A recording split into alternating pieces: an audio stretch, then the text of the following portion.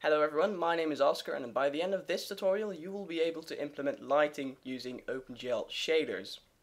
So I've created a class here called Shader Demo, and this class basically loads two shader files, specular.vert and specular.frag, and it also uses them to draw the Stanford bunny.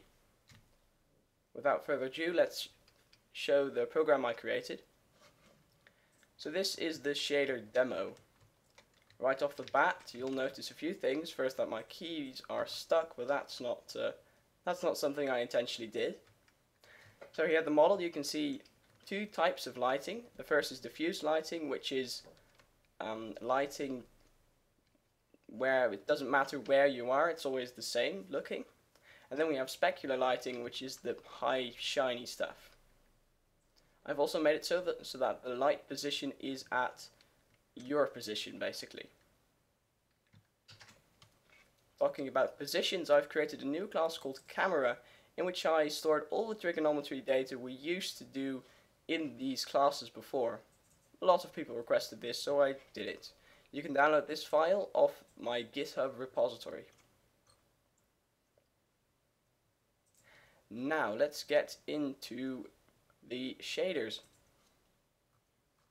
There is a lot to talk about in this shader file. Firstly, I'm going to start with the three type qualifiers shaders allow to use. The first type qualifier is varying. Now the varying type qualifier can be used to pass data from the Vertex program or Vertex shader to the fragment program. So I declare it as following: varying and then type and then the name of the variable. So in this Vertex program, I set this varying vec3 color, and I use this in my fragment program by declaring it here on the top as well, and then using it down here. Now the second type qualifier is uniform. Now this is set by your Java code, and I'll go into that a bit later, and it can be read by the Vertex and fragment programs. So both of them and these uniforms, they usually stay the same for a whole batch of vertices. And then attribute, that is an attribute of the Vertex shader, and this is set by the Java code and read by the Vertex program. Now apart from these three type qualifiers and your own variables up top here, OpenGL has an abundance of built-in types they use. Now you can recognize these built-in types by looking at the prefix GL_. If it's GL_, then it's a built-in type. Some examples: GL_model view matrix, GL_vertex, and GL_position. And then we have the types. Now this might seem familiar to you as a three-dimensional vector, or it might not, in which case this is all going to be clear in a few minutes. So GLSL, the OpenGL shading language, is a very high-level programming language, much like C, except it's high-level, and it's specifically designed with graphics programming in mind. So it features all these built-in types and built-in methods for computing the stuff you need to do in graphics shaders. Now in normal C code, I would have to declare a struct. Then in this struct there would be, I don't know, well, let's see, an X and a Y and a Z. That's beside the point. We don't need to do that in GLSL because it's already built in. So some of the types, we of course have the int, float. I don't believe we have the double though. We have the bool, and we have the vec2, vec3, and vec4 types. And we also have mat2, I believe, mat and mat3 and mat4 for 2x2, 3x3, and 4x4 matrices. So what vec3 is, it's a three-dimensional vector, and you can see this as something that has an x, a y, and a z. Now also, there is a four-dimensional vector, and in that case, the fourth component is w. You also use these types for colors, in which case it's red, green, blue, and alpha. And you can just do color dot R for the red component and G for the green component, etc. Now let's talk about the different spaces vertices can be in. Now I didn't talk about this before because I didn't think it was necessary for using OpenGL, but it's definitely necessary here in the shading language, where you have to do all this stuff by yourself. So firstly, the object space. Now this is the space in which you specify your vertices with calls to GL vertex 3f or GL vertex pointer if you're using VBOs or vertex arrays. So this is the space in which you send the coordinates to OpenGL. Okay, remember that. Now then we have the I space, and these are vertices transformed by the model view matrix. Now what that basically means is that every time you call GL translate f, GL rotate f, or even GL scale f, the vertices will be transformed into what we call the I space. So this is a step further than object space.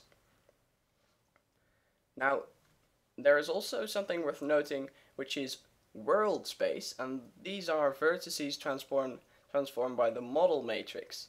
But because OpenGL doesn't make a difference between model and view matrix, they just combine them together in the model view matrix, I'm not going to go over that right now. Then we have clip space, which is the final one. Clip space are vertices transformed by the projection matrix. Now the projection matrix is a piece of data that, when you multiply the vertices by the projection matrix, it gives you, of course, vertices in clip space, and projection matrix puts them into perspective projections or orthographic projections. And these, of course, are affected by GLU perspective, GL ortho, or even GL frustum if that's your thing. Now let's look at the two types of lighting: diffuse lighting and specular lighting. I'm going to open up ArtRage Studio here. In OpenGL there are actually three types of lighting, and one isn't really a type of lighting, but never mind. There is ambient lighting, diffuse lighting, and specular lighting. Let's talk about the differences here. So let's say we have a surface, like this one. And this surface, it also has a normal. And the normal is basically the direction in which a surface is pointing. In this case, up here. This here is 90 degrees. Now, let's talk about the first one, ambient light. So in a hypothetical situation, if you look at real life examples, you kind of notice that everything is lit a bit. And sometimes it's unclear where the light actually came from. So we say it bounced all around the room, and then it finally hit the object. But you can't tell where the light came from. So because it's so complex to simulate something like ambient light, the folks at OpenGL, or just graphics programming in general, have decided to introduce something called ambient light. Now, ambient light is a light without an origin, without a light position, but it's shown on all objects. So regardless if this is beneath my table or right in front of my eye, there will still be this ambient color added to it. So I guess you could say that this is the ambient light, just on the object, coming from basically everywhere. And it doesn't matter where you look at it, it's always there. Now for the second type of light, diffuse lighting. This type of lighting is a bit more difficult than, of course, ambient light. Because with diffuse light you actually need to have a light position. So let's just draw a nice sun here. So this is our sun, this is our light position. And then what we need the light ray basically traveling to this surface. Now with diffuse lighting, we say that the light goes and disperses itself in every single direction. So here and here and here, you can see this light from everywhere exactly the same. That's diffuse light. But what does matter is the position of the light, because depending on that, this surface gets a specific diffuse light intensity, which makes it brighter or darker. Okay, so that's diffuse light. Now for the final light, which is probably the most difficult to reproduce, specular light. Now what specular light is it is the light, basically, so let's say we have our eye here, and this light travels back into our eye, and it just happens to be so that this angle here is exactly the same as this angle, and we're actually seeing a very shiny spot here, and that is specular light. So with specular light, it does matter where you're standing as a person, where your eye is, and it also matters where the light position is. So this is a combination of ambient light and diffuse light, if you are thinking like that. Well, it's not really, never mind. So that's specular light. Now let's go back to the shaders. So now that I've explained both diffuse, specular and ambient lighting, let's go into the code. The first line retrieves the position of the vertex in I space by multiplying the vertex in object space with the model view matrix, and it stores it in a 3D vertex called Vertex Position. So let me just translate this for you. We have the vertex in object space. That's the vertex we send here with our bunny. You can see vector or GL vertex 3F. We send it here, and then what we do is we multiply it by the model view matrix, and this gives us, as I said before, a vertex in I space. So this is transformed by GL translate, GL rotate, and even GL scale F if you're using that. And then what we do is dot XYZ. Now this is a nifty feature of the OpenGL shading language called swizzling. Basically, putting this between parentheses, I get a vec4 because GL underscore vertex is a 4-dimensional representation of our vertex, and GL model view matrix is a 4x4 matrix. When we multiply these together, we get a 4-dimensional vector. And this 4-dimensional vector has a component we don't want to use, which is the W component, the weight component. So we put these between parentheses, and then we say dot XYZ. This selects 3 components and extrapolates them from this 4-dimensional vector.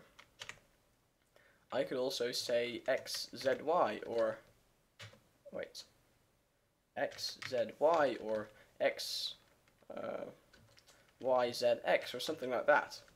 And I could even do dot X and then change this into a float.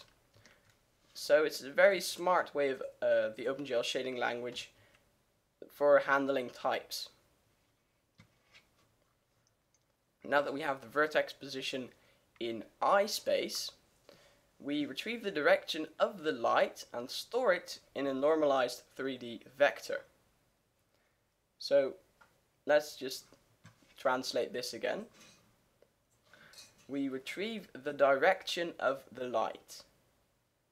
How do we do this, you ask? Well, we use a built-in type, GL underscore light source, and this is actually an array of structs, and since we're using light 0 in this example, we say GL underscore light source 0 dot position, and then this is a 4-dimensional vector again, so what we need to do is change it to a three-dimensional vector, and we do that by dot xyz, swizzling again. And then we say dot or minus vertex position.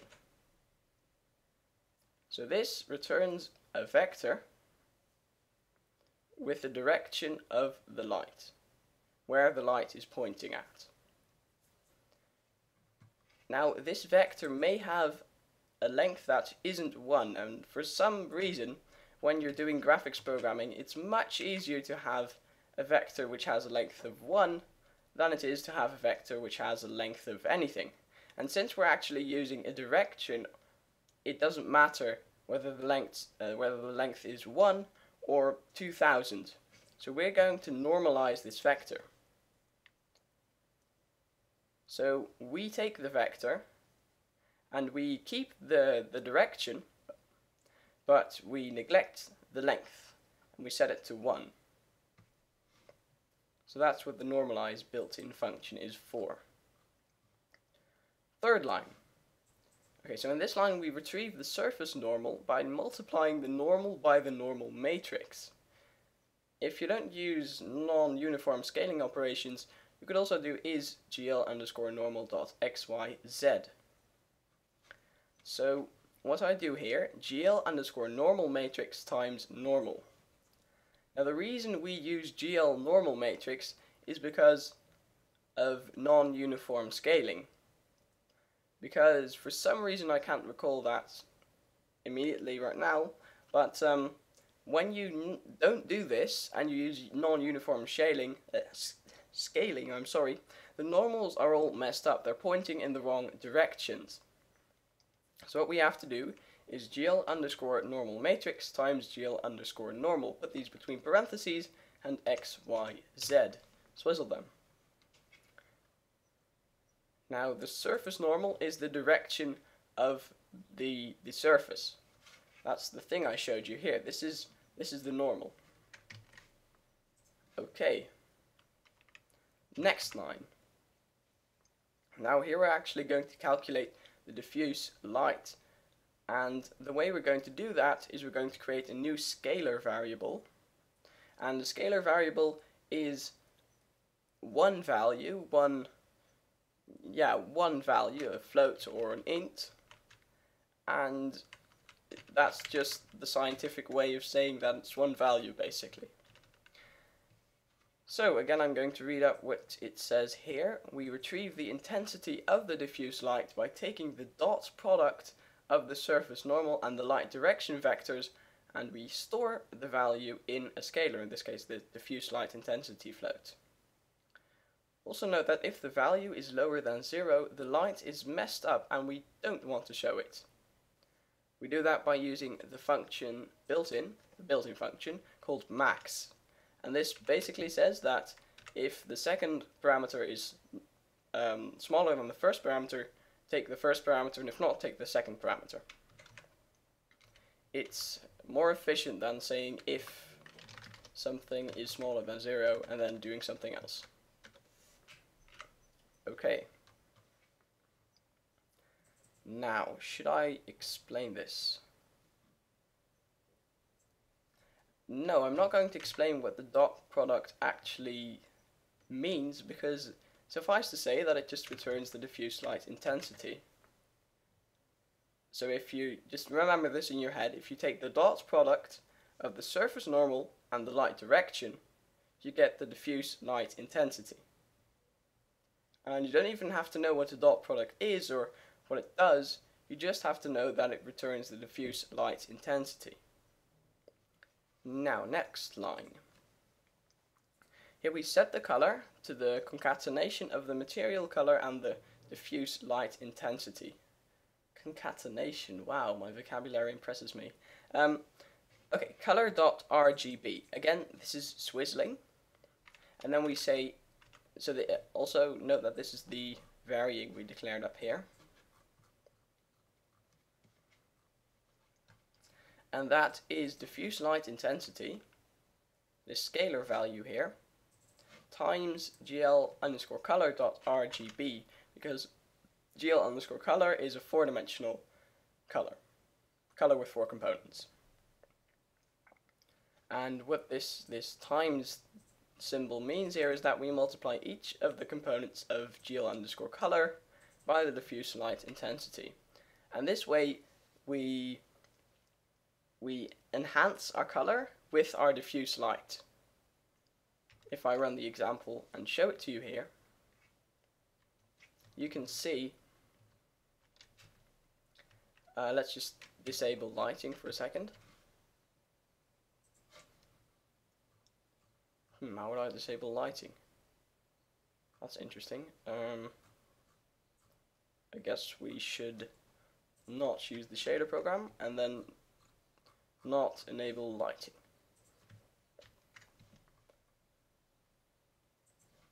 Okay, so if I show this to you here, you can see this is the color of the bunny, and without this diffuse light it looks flat. It doesn't have any depth to it because there is no lighting. And let's just change that back here. Point proven. And then what we do is we add the ambient color to the color. So, well, I explained this before, what ambient color does. We use the built-in struct GL_light model, then we say dot ambient, and this is again a 4-dimensional vector, or a color with 4 components, I should say, and then dot RGB. Now also note that I'm completely neglecting the alpha on the color, and I'm doing that on purpose because I don't want to do anything with the alpha yet. So, I guess.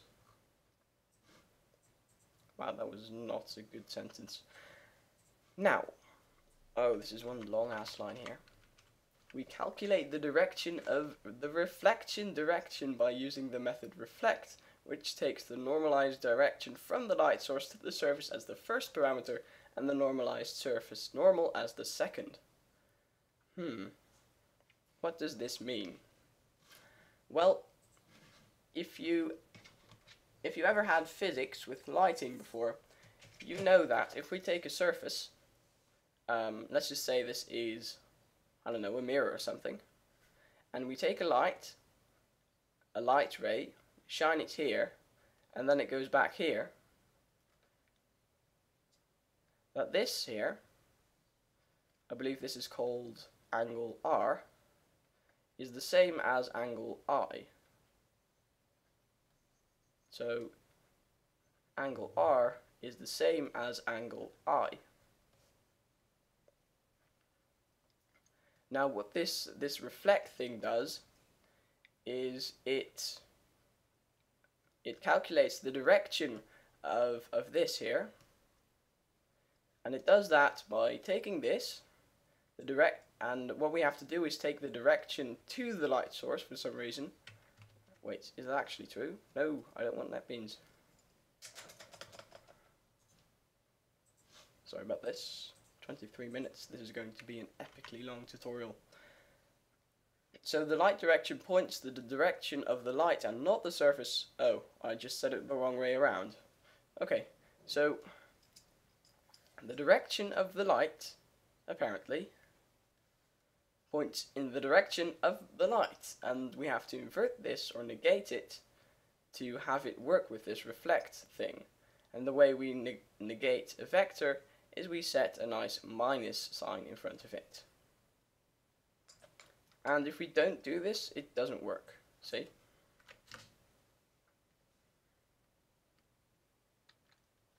Yeah, the specular light doesn't work. So this is specular lighting, of course. Did I say that? I don't believe so. Now, we calculate the actual specular scalar. Well, not the definitive one, but step 1 into the definitive one scalar. Okay, so we store the dot product of the surface normal and the direction of the reflection in a scalar. Now again, this is one rule you'll have to remember. If you take the dot product of the surface normal and the direction of the reflection in a scalar, and you store that in a scalar, you get kind of a specular value. Now we need to add an exponent here, but that's besides the point. This This does it again. This I'm sorry, that didn't make any sense at all. So we use the method max again. If the value is negative, it's 0, and if it's not negative, it's the value. Okay, simple enough. Now we do if diffuse light intensity is not 0. So basically what we're saying here is if we have lighting, we want to enhance the specular scalar value by raising it to the exponent of the shininess of the material. This probably requires some explanation as well. So we take the built-in function POW, which raises the first parameter to the exponent of the second parameter, and the first parameter is the first step of the specular value, and the second parameter is the shininess of the material. Now we use another struct, GL underscore front material, and then we say dot shininess, and this is a variable of this GL underscore front material struct that allows us to access the shininess. Now bear in mind that you have to specify the shininess in your client code if you want this to actually work, if you want it to not return something ridiculously high or ridiculously low in here. I specify this material thing here in our shader demo.java display list for the Stanford Bunny. I say GL material F, and this is a method which is commonly used to specify materials, and then the first parameter is GL front or GL back or GL front and back, so which side of the shape. The second parameter is the parameter name, and this is GL underscore shininess, so how shiny it is, or you can also say GL underscore emission, how that it emits light, and this requires of course a float buffer because it's, I believe, also a 4-dimensional color, so you need emission for all the different colors. So GL underscore shininess, and then this is the amount of shininess, 128, and that's an acceptable value for the shininess. And let's try and mess around. So bear in mind, this is what we had before. This is the shininess, and I thought it suited the chocolate material rather well, but if we increase this,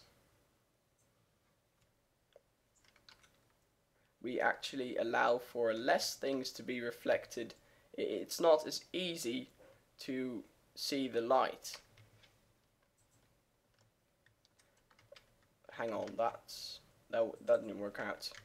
Oh, I meant smaller is, sorry people, I am tired today. So let's set it to 10, and you can see the material resembles something like bronze, a bronze and bunny. Well, and that's because there is a lot of offset, I guess you could say, here.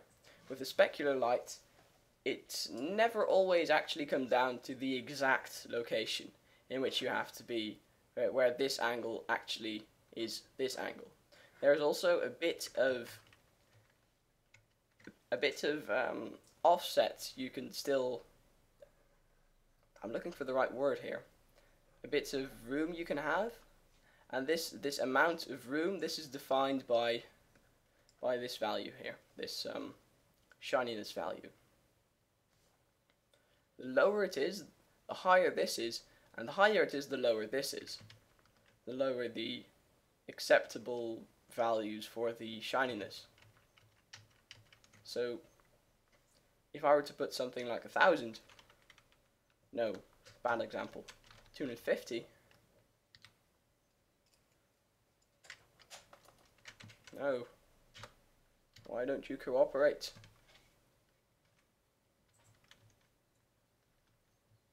You can see there's much less of an acceptable range for the specular values. Anyway, back to the point, back to this shader code. I enhance, yeah, we already did that. Now we add the specular value to the color. This should be pretty straightforward. It's what we did with the diffuse lighting as well. We just add the color to a vec3 and then set that to the color. And the vec3 is of course 3 components, all this scalar value. So we're basically done with all the lighting stuff now. Cheers. The last statement retrieves the position of the vertex in clip space by multiplying it by the model view projection matrix, and it stores it in the built-in output variable GL_position. Now, the GL_model view projection matrix is a piece of data, and when you multiply it by GL_vertex, you get the value that you need to return with GL_position. Done. That's all we need to know. Specular.frag. Now, luckily this is nowhere near as complex as the Vertex program. It only features a single statement. GL_frag color is vec4 color and then 1. Now this, I believe, is also an example of swizzling, this first parameter being color, and it automatically fills the red, green and blue components of the color in. So this equates to, or equals to this. This equals this, I'm sorry. Red, green, blue. There we go. That's what it's basically making up when you say this. Okay, I hope that was impressive. Now let's see if we have anything else to cover here. Yes. How to use attributes and how to use uniforms. Sometimes you want to have your very own input to the Vertex program, and you don't want to use the input that OpenGL gives you, but rather something different. Well, you could actually still use that input, but this would be in addition to it. Now we are going to use a uniform. I talked about this before, and this uniform is going to be, let's see, what will it be? Let's call it diffuse intensity modifier. And we're going to use this diffuse intensity modifier to enhance our diffuse light intensity. And we can put it right here. Diffuse light, wait, let's just copy the name.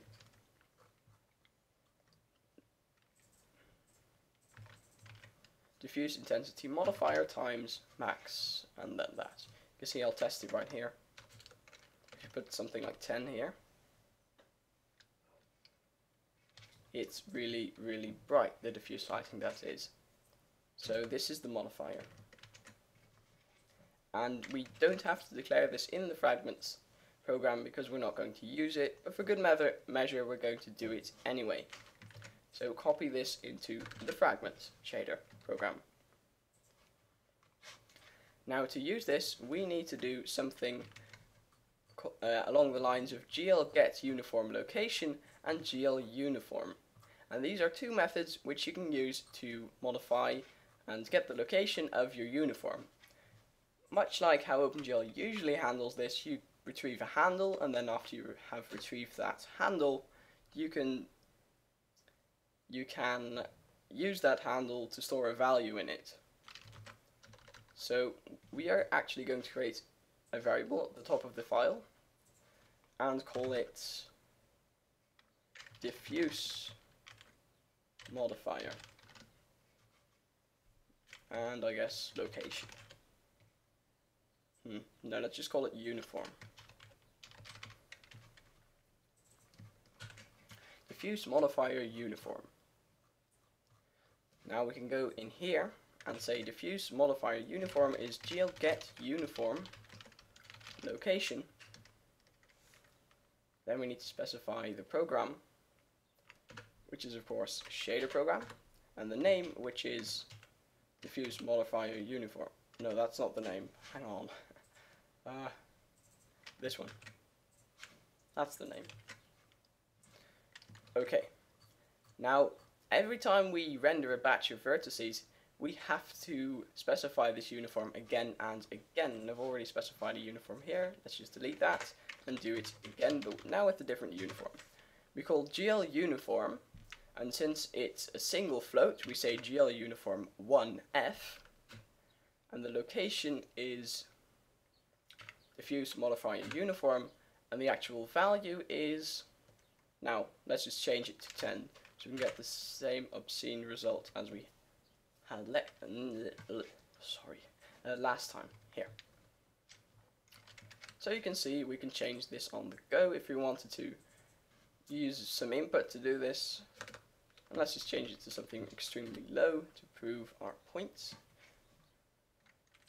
Now we have only specular lighting and ambient color, of course, because it's so damn low. Okay, looking over, I don't see anything we've not covered yet.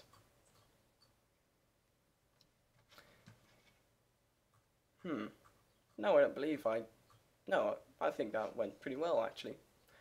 So that, in a nutshell of a mere 36 minutes, is how you implement the Phong lighting model with OpenGL shaders to display a tasty chocolate bunny, of course. That's the moral of this story. Okay, I hope you liked the video. If you want more of me, subscribe to my YouTube channel, The Coding Universe. And you can also follow me on Twitter, which I strongly recommend, since I usually tweet out new announcements for new videos, and just news in general.